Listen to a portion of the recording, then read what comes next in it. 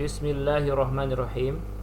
Assalamualaikum warahmatullahi wabarakatuh. Selamat datang semua. Alhamdulillahirabbil alamin. Alhamdulillahirabbil alamin. Nahmaduhu wa nasta'inuhu wa nastaghfiruh. Asyhadu an la ilaha illallah wahdahu la syarika lahu wa asyhadu anna Muhammadan abduhu wa rasuluh.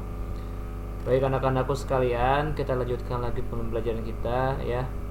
Mungkin dalam keadaan mungkin sekarang kita tidak bisa bertatap muka ya. Akhirnya kita bisa belajar daring saja ya. Hari ini kita akan menganalisis struktur teks biografi.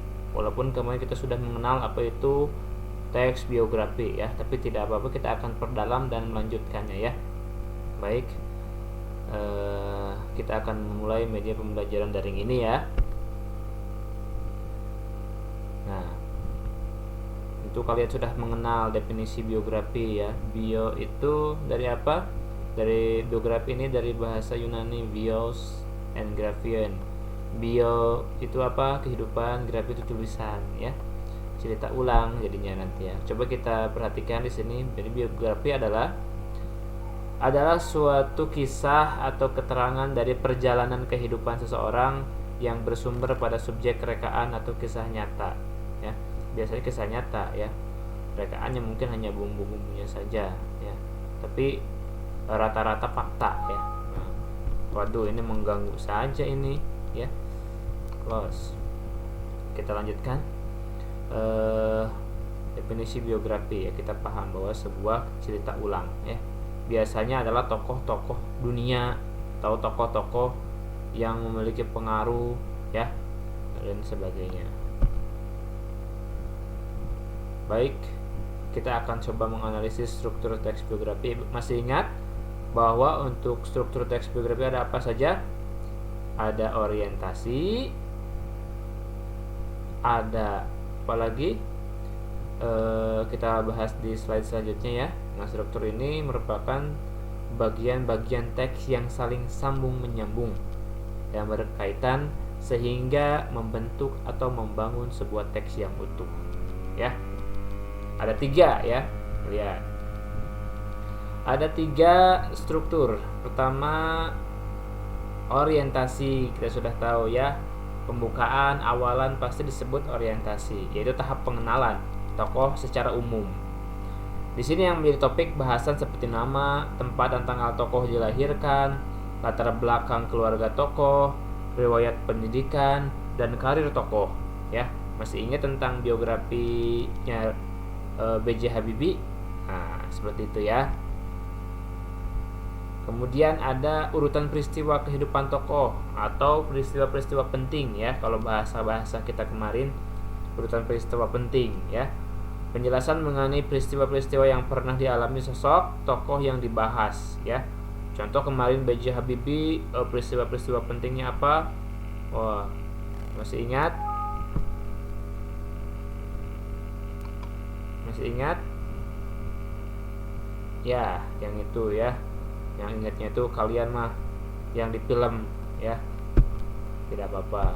Selanjutnya ada reorientasi, yaitu tahap yang berisikan pandangan-pandangan penulis terhadap tokoh yang dibahas. Ini bisa ada, bisa juga tidak ada ya. Tidak begitu wajib.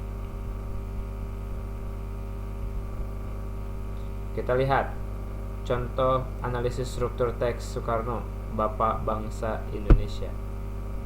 Teks Soekarno. Nah, lihat ya. Soekarno yang akrab dipanggil Bung Karno lahir di Blitar pada 6 Juni 1901. Dia anak seorang guru sekolah rakyat Raden Sukami dan wanita Bali berdarah bangsawan Ida Ayu Rai. Sebagai anak priai yang memang pandai, Soekarno bisa mengecap pendidikan. Nah, ini dari awal sampai akhir teks ini adalah pengenalan tokoh ya. Nah, akhirnya disebut dengan contoh orientasi ini ya. Kemudian, nah ini orientasi ya. Nah, setuju ya. Kemudian selanjutnya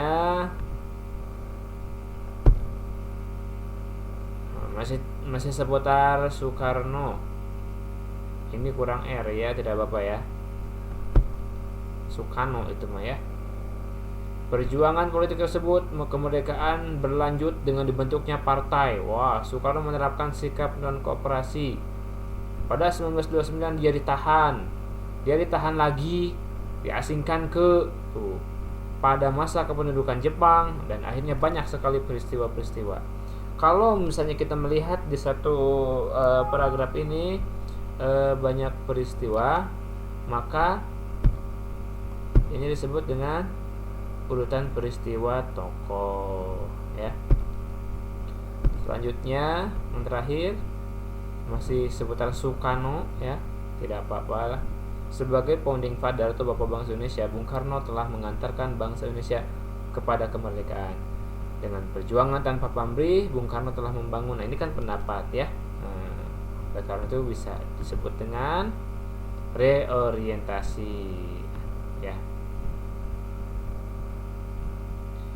Informasi yang dapat digali pada saat membuat teks biografi apa saja kira-kira ya? Nama ya, nama lengkap tentu saja ya. Kemudian nama panggilan, contoh Putri Diana. Kedua, tempat lahir, tanggal lahir, pendidikan ini kelewat ya. Riwayat keluarga, anak keberapakah gitu kan ya. Kalau sudah bersuami siapa suaminya, kalau sudah beristri siapa istrinya, dan anak-anaknya siapa ya. Kemudian hobi itu kesukaan tokoh itu apa, misalnya membaca. Prestasi yang diraih, menjadi duta perpustakaan misalnya ya. Hal yang dapat diteladani, pengaruhnya terhadap orang lain, dan lain sebagainya. Masih banyak ya. Bagaimana perspektif orang yang membuat atau pandangan orang yang membuat biografi tersebut ya. Oke, tugasnya aspek ini dicatat ya, dan dikirimkan foto catatannya ke Bapak lewat WA saja. Catatannya ditulis tangan ya. Nah, oke, ini ganggu terus dari tadi, kenapa ya? Oke, sekian, terima kasih. Kita akan lanjutkan di pertemuan selanjutnya.